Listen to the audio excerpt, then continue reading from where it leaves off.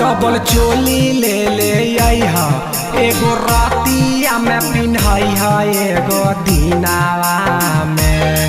Double चोली ले ले आइहा एगो रातिया में पिन्हई है एगो दिनावा में। पिया हो बड़ी सुंदर शोभत बदनवा में। पिया हो बड़ी सुंदर शोभत बदनवा में। काहे तड़पबह जी?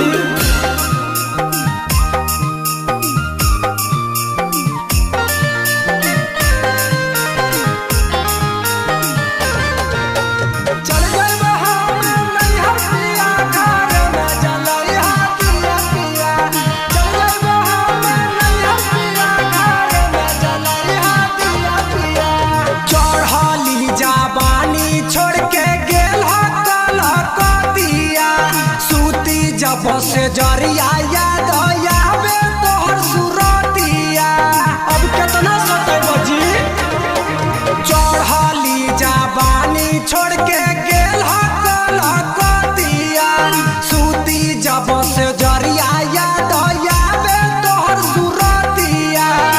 भले नथिया भूली जइह बाकी झुमका ले ले आइहा पिया कटुनावा में। भले नथिया भूली जइह बाकी झुमका ले ले आइहा पिया कटुनावा में। पिया